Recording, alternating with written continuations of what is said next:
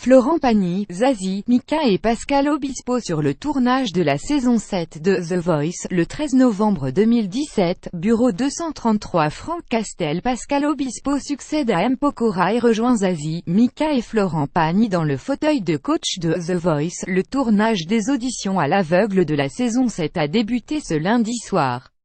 Pascal Obispo a fait ses premiers pas dans le rôle de coach. Son principal critère pour se décider à se retourner l'émotion. Comment s'appelle la personne à côté de moi? Pascal Obispo vient à peine de s'installer dans nouveau fauteuil de coach de The Voice qu'il chambre déjà Mika dans un éclat de rire.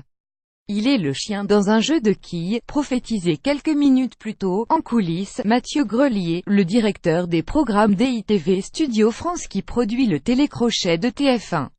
Cela faisait 4 ans qu'on n'avait pas eu un jugement vierge de toute la mécanique du jeu. Plus grand que à lire aussi. Voici l'audition finale, la nouvelle épreuve qui attend les candidats de The Voice. Pascal Obispo a beau être un téléspectateur fidèle de l'émission, ce lundi, premier jour du tournage des auditions de la saison 7 auquel 20 minutes a pu assister, le chanteur prend ses marques sur le plateau installé dans un studio de la Plaine Saint-Denis. Alors que techniciens et musiciens et autres membres du staff s'affairent sur la scène dans des allées et venues bien rodées, il semble un peu désorienté. Faut que j'aille par là, dites-moi, je crois que je ne vais pas appuyer, ne rien dire. Heureusement, Zazie et Florent Pagny, pour qui il a composé Plusieurs et qu'il connaît donc bien, est là pour lui ouvrir le chemin et le mettre en confiance. La première collégiale interprétée par les 4 coachs en ouverture de cette nouvelle édition est d'ailleurs l'une de ses créations chantées. C'est symbolique, cela fait 20 ans pile qu'il a écrit ce morceau pour Pagny, note Mathieu Grelier. Il n'empêche, le quatuor doit faire une deuxième prise, la première ayant été ponctuée de petites imperfections.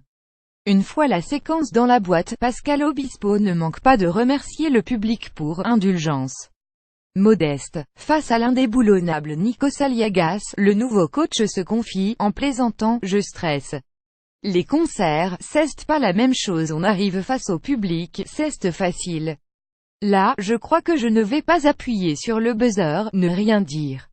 Un petit peu avant 21h, il doit pourtant entrer dans le vif du sujet. La première candidate des auditions à l'aveugle arrive et Pascal Obispo se fait mentir illico, il est le premier à retourner fauteuil.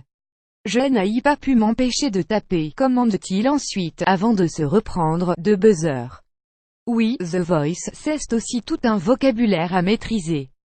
Pour moi, l'énergie prime sur la technique. Pour la petite histoire, même si le montage final, diffusé en début d'année prochaine, ne respectera pas cet ordre, le tout premier talent à avoir foulé la scène ce lundi soir a décidé de rejoindre l'équipe de Pascal Obispo. Au cours de la soirée, le coach, qui succède à M. Pokora, s'est trouvé les mots pour convaincre plusieurs autres candidats, aux styles bien différents les uns des autres, de faire partie de sa team. Parmi les 140 candidats en lice cette année, il ne peut en convier que 18 dans équipe lors de ses auditions à l'aveugle. Son principal critère de choix, l'émotion. Pour moi, l'énergie prime sur la technique, lance-t-il à celle qui a tenté sa chance sur une reprise des Clash. Jai était troublé dès les premières notes. Jai entendu le chœur pendant toute la « Je m'en fous de savoir s'il y avait des notes à côté », glisse-t-il à une autre qui a offert une version sensible de la des vieux amants.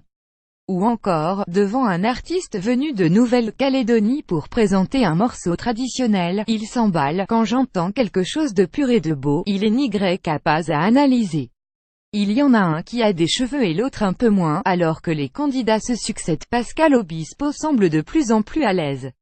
Il s'intéresse au parcours de ce qui s'est présenté face à lui et multiplie les questions. Vous faites de là depuis combien de temps? Des concerts seuls? Peu à peu, il chope la petite des autres coachs, mélange de remarques constructives, de critiques bienveillantes et d'éloges appuyés pour espérer faire mouche et ne pas laisser passer un talent chez un autre coach.